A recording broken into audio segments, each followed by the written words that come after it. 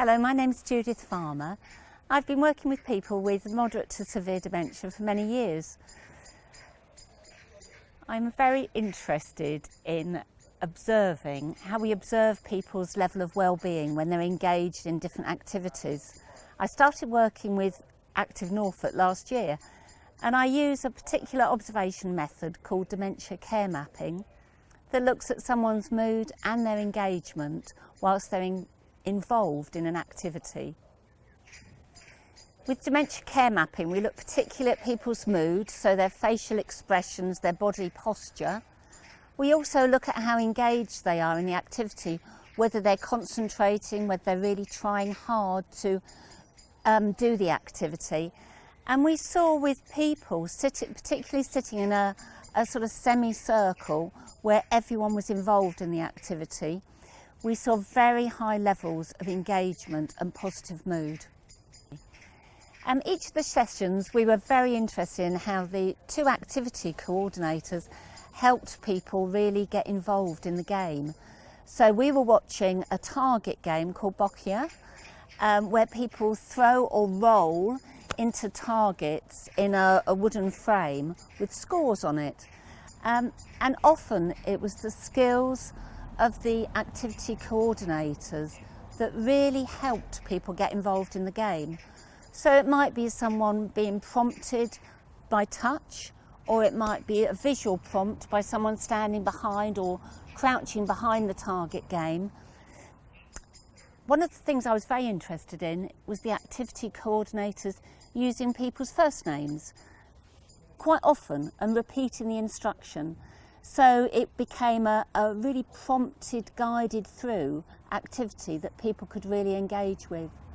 And we saw lots of golden moments where people might either have been able to be really spontaneous. I can think of one chap who did a fantastic score, and there was this great cheer went up round the group, and someone else shouted out, "He was robbed." Marvellous group socialisation and activity. And I think the chap that had done it was so proud that we could see that confidence and increased competence carried through for quite a long time afterwards. So he became more empowered to chat to people, to help other people with their turn. So it might be, we see increased confidence where someone might feel really confident to hand the balls over to the next person and encourage them. So rippling around the group was this sense of cohesion, and also that someone else could help the person sitting next to them to join in. The scores weren't important, but what was really important was that taking part, hearing someone's name, seeing their name written on the board was often very helpful for people. And I think that sense of team spirit is something that is really important to people with moderate to severe dementia. That feeling that they're definitely in the right place, they're definitely part of a group activity, and they're actually achieving, we want more of that in care home environments.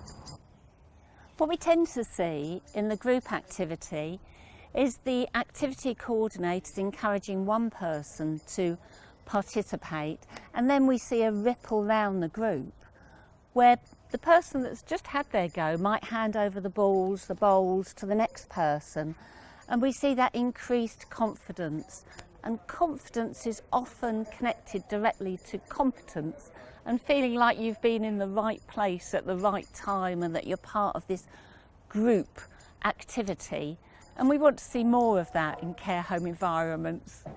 We were really interested, because the two observers were able to work closely together, we were able to see things that maybe the activity coordinators weren't able to see. And we definitely saw that when there was a lot of background noise, that tended to diminish the cohesion of the group. So avoiding background noise, there was a noisy corridor in one of the sessions, and that detracted from the people sitting closest to the corridor. The most successful session we saw was in the morning when everyone was fresh.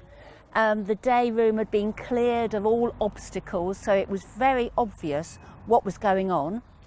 So no small tables or frames in the way, so everyone had a clear view of the activity going on in the middle of the circle.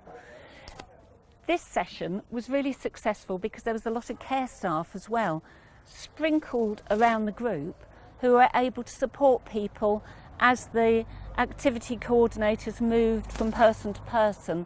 There was care staff involved in keeping the attention going and really raising the positive atmosphere there.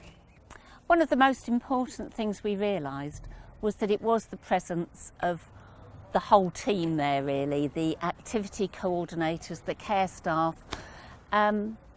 We were very interested in a couple of women who came into the lounge and they looked a little as if they did feel they were in the wrong place. And I think that, you know, we have to be mindful that some people need extra input to really get them to feel part of it. So I think after the activity, having a debrief where you identify some people's particular needs for the next session is really important.